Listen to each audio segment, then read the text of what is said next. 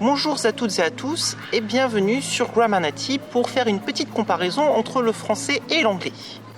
Aujourd'hui, j'aimerais vous parler d'un mot que vous connaissez tous très bien, mais qui n'existe pas. Enfin si, mais pas à l'écrit. Enfin si, mais pas vraiment. Enfin, vous allez voir ce que je veux dire. Vous voyez pas duquel je veux parler? Je vais vous donner un petit indice. Regardez le nom de ma chaîne. Non, je parle pas du titre de la vidéo. Le nom de la chaîne, vraiment le nom de la chaîne. Ce qu'il y a avant le T. Vous l'avez toujours pas? Allez, un dernier indice avec un grand moment de poésie. Et on l'a mis ce chevelisse là. Tu aurais pas un 06? J'arrive pas à croire que je m'inflige ça. Vous l'avez toujours pas? Bon, je vais vous le donner.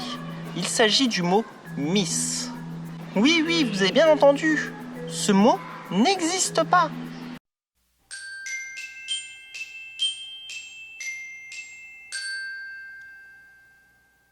Bon, en fait, si, il existe, forcément, sinon on pourrait même pas le prononcer. Mais ce que je veux dire quand je dis qu'il n'existe pas, c'est qu'il n'a pas vraiment de forme écrite complète. Ce n'est qu'une abréviation. Mais une abréviation de quoi au juste? C'est vrai quoi, quand on y réfléchit bien, on dit bien Mister et pas Mre, et on dit bien Monsieur et pas Et puis d'ailleurs, notez que traditionnellement, Mister, l'abréviation, prend un R, tandis que l'abréviation de Monsieur prend un point. Même si de nos jours, tout le monde confond et fait un petit peu comme il veut. Mais bon, ça marche très bien comme ça, y a pas de souci. Pareil pour Madame, qui se prononce pas me, et pour Mademoiselle, qui se prononce pas mieux ou mle.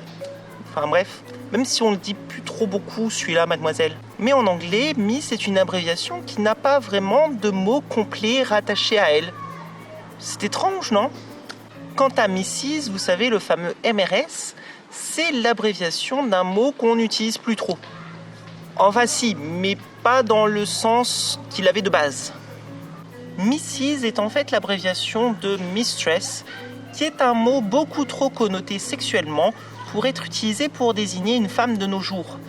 Imaginez appeler une inconnue Mistress, ça le fait pas trop. Imaginez-vous appeler une inconnue maîtresse, ça le fait pas trop quand même. Même dans Doctor Who, quand le maître a changé de genre, les scénaristes n'ont pas trop osé l'appeler Mistress. Ils ont préféré opter pour Missy, qui passe beaucoup mieux d'ailleurs. Who are you? Oh, you know who I am. I'm Missy. Who's Missy? Please try to keep up. Short for mistress. Well,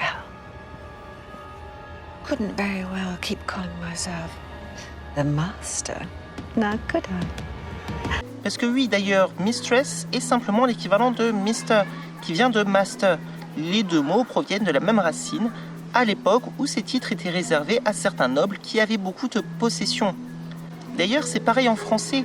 Monsieur vient de Monseigneur et Madame qui vient de Madame, c'est-à-dire la dame du Seigneur. Quant à Mademoiselle, oui, il vaut mieux l'éviter ce mot, mais il a quand même une histoire assez intéressante, puisqu'il vient de plus loin, demoiselle, qui vient de Domnicella, qui vient du diminutif de Domina. Imaginez un petit peu que l'équivalent littéral aujourd'hui, c'est ma petite Domina. On retrouve également la même origine pour damoiseau, et on retrouve clairement dans les deux mots l'idée d'aspirant à la domination sur d'autres. Ces titres n'étaient pas utilisés pour tout le monde, mais seulement pour les classes sociales dominantes. Quelle magnifique époque où des gens ont dominé d'autres, c'était merveilleux. Et d'ailleurs, on n'a pas d'équivalent de damoiseau en anglais? Ça n'existe pas? Il n'y avait pas de damoiseau? Eh bien si, l'équivalent pour un jeune noble est tout simplement master, qui lui n'a pas trop changé de son étymologie. Et d'ailleurs, on retrouve l'utilisation de ce mot dans le livre Oliver Twist de Charles Dickens, où un jeune noble, Charlie Bates, se fait régulièrement appeler Master Bates. Sérieux, vous l'avez? Vous l'avez? Non? Bon, Master Bates, comme Master Bates. Bon, après, on ne sait pas trop si le jeu de mots était voulu ou pas, surtout que le terme apparaît 19 ans après la publication du bouquin.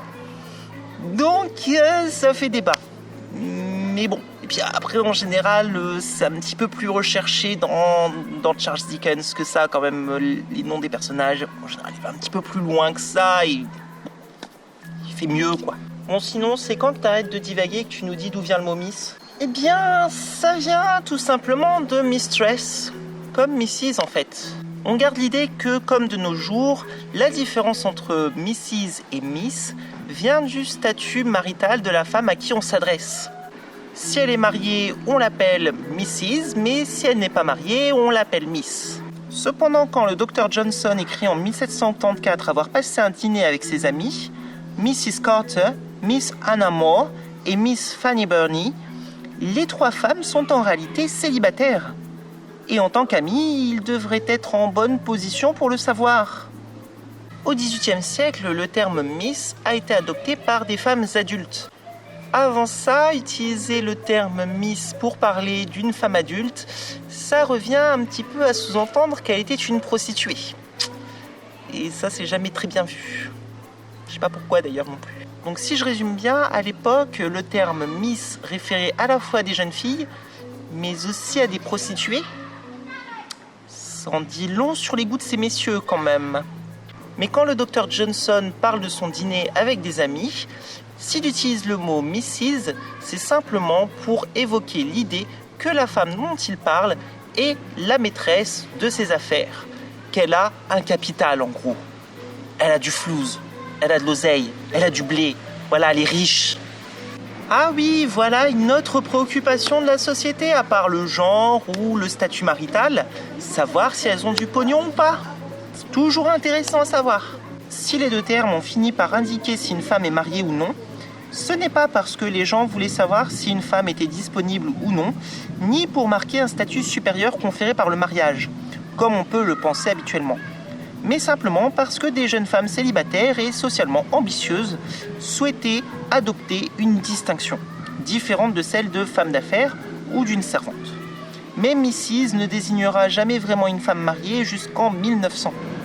Mais voilà, le problème, c'est que quand elles se marient, les femmes prennent le nom de leurs époux et que ce nom est transmis aux enfants. Donc au final, quand on parle de Mrs., on réfère une femme à son mari, c'est la femme de. Et quand on utilise Miss, eh bien on parle de la fille de quelqu'un. Et c'est toujours un homme, donc on parle toujours des femmes en parlant des hommes à qui elles sont associées. Et ça, c'était vivement critiqué. Je peux comprendre pourquoi. Mais l'anglais a vu apparaître en 1950 un terme qui n'a pas l'équivalent en français et qui est le terme Ms, qui s'écrit MS. I'm a superhero.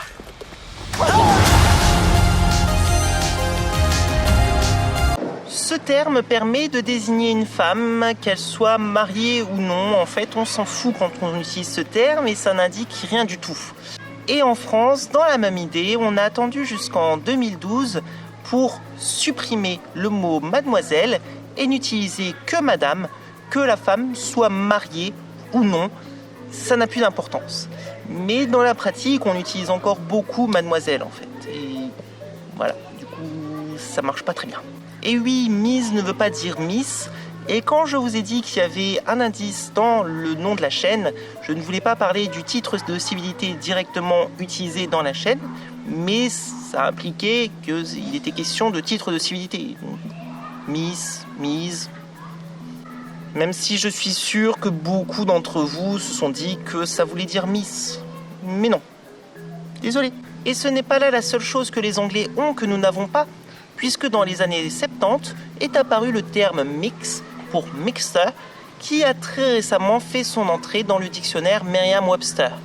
Mixter est tout simplement une alternative neutre au titre de civilité Mr. et Mrs. et permet notamment à des personnes non binaires d'avoir un titre de civilité qui ne soit pas genré. Et en France, c'est un petit peu plus difficile à faire du fait d'une trop grosse différence d'origine entre monsieur et madame, mais aussi du fait que le français est une langue à 2 genres, alors que l'anglais est une langue à 3 genres, qui possède déjà un genre neutre. Pour le français, j'ai vu des propositions comme Messex, Monestre, dérivé de mon être, ou Mossim. Mais rien n'est encore fixé et on se retrouve plus loin de la neutralité que parvient à atteindre l'anglais. J'espère que cet épisode vous a plu et que vous avez appris des choses sur l'emploi des titres de civilité au cours de l'histoire. Vous pouvez toujours mettre un pouce vers le haut, partager cette vidéo ou encore vous abonner. On se retrouve une prochaine fois pour comparer le français et l'anglais. Mais en attendant, s'il vous plaît, ne soyez pas des grammar natifs.